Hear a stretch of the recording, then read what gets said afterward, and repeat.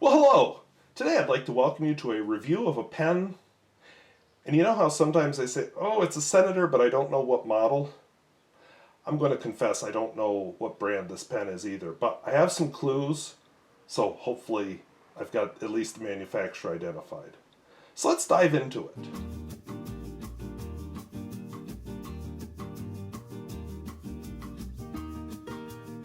If videos like this interest you, where I talk about fountain pens both new and old and at all price points, I would invite you to subscribe.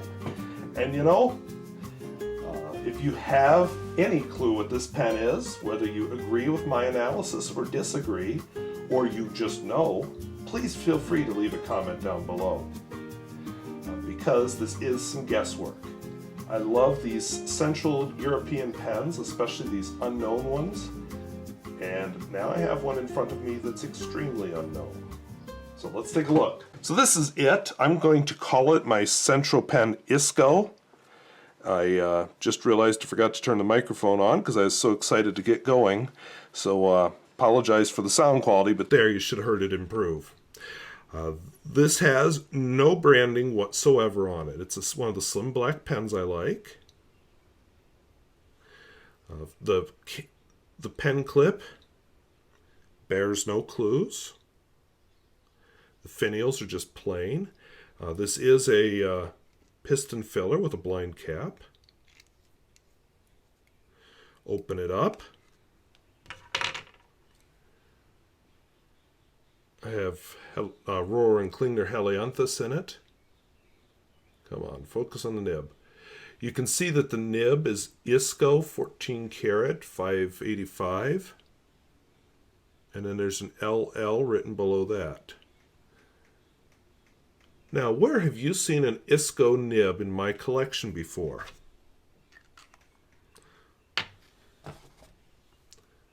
With this beauty. This is my Centropen 100820. This is also unbranded, much nicer finish. The only reason I know it's a Centropen is because the company, myuberpens.com, that I purchased it from, says so. Similarly, blind cap. Oh, does that look familiar? Looks like somebody attacked it with something too. Whoops, there we go. In fact, now these could be just purchased from the same manufacturer, so it means very little. But darned if they don't look a lot alike.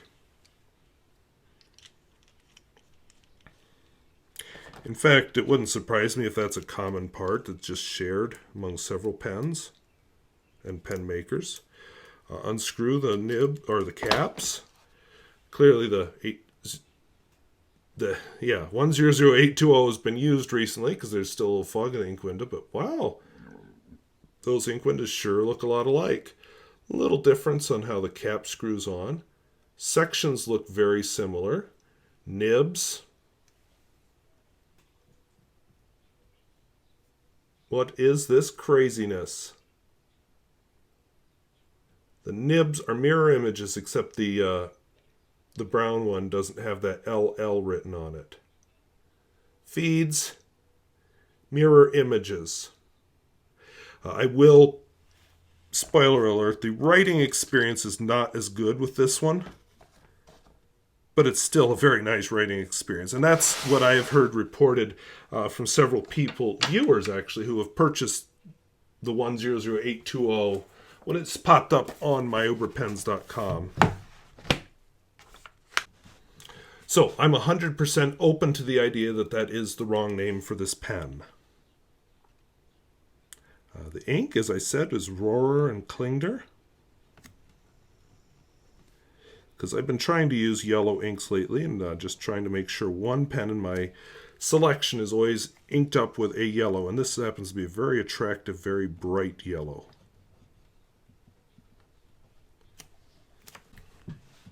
Is it a flex nib?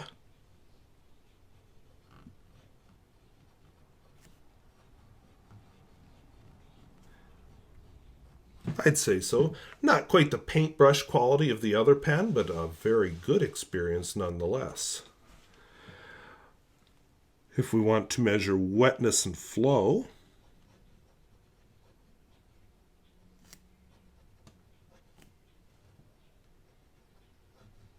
I think you see already. This pen has no trouble at all keeping up. A smear test.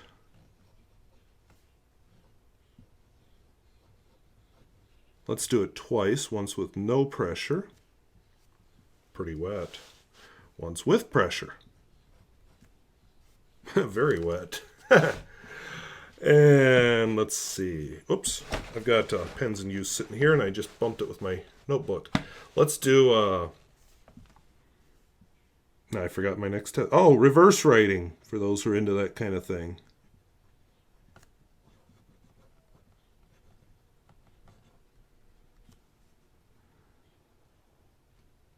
Surprisingly smooth, extra fine. And I say surprisingly because when I did it with this pen years ago, that was a disaster.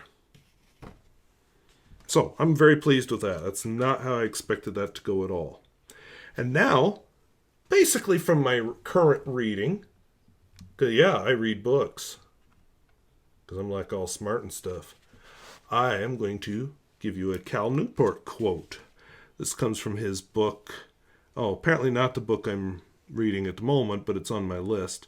So Good They Can't Ignore You. The book I'm reading right now by Cal Newport is Deep Work.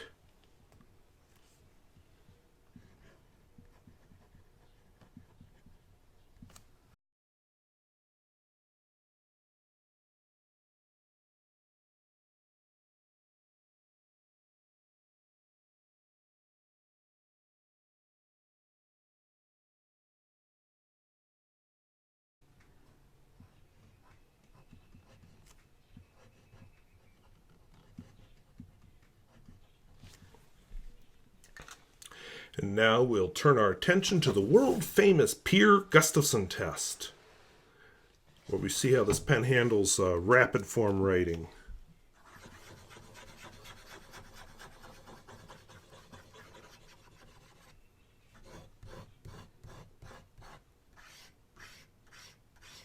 And as you can see, no troubles at all. One final piece of this test. Just glance to make sure I'm still in frame. Yeah, slipped in my pocket with no trouble at all. So, on the whole, I do believe it's a Centropen. Centropen made some very good pens. They were a company made up of a bunch of smaller pen companies and sort of forced together in Czechoslovakia. And I've just been impressed with every one of them I've handled. They are actually still around, not making pens like this anymore. They make more student-type pens, but they're still there, so good for them. Again, if you have more information to offer about this pen, I'd love to hear it.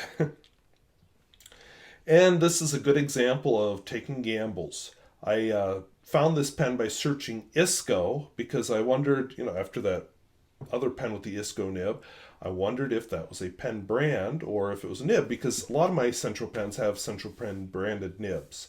This was sold as an Isco pen, probably for lack of a proper name written on the pen. Centropen did sell some pens that were rebranded Barclay in the Western Europe. This could be one of them. That's why they didn't put Centropen on it. I don't know. But would love to find out someday. So, if videos like this interest you, where I talk about fountain pens both new and old and at all price points, I would invite you to subscribe. And hey, do you know anything about this pen? Maybe, do you have a favorite yellow ink that you use? Let me know down in the comments. So as always, I want to thank you for watching. We'll see you later. Bye-bye.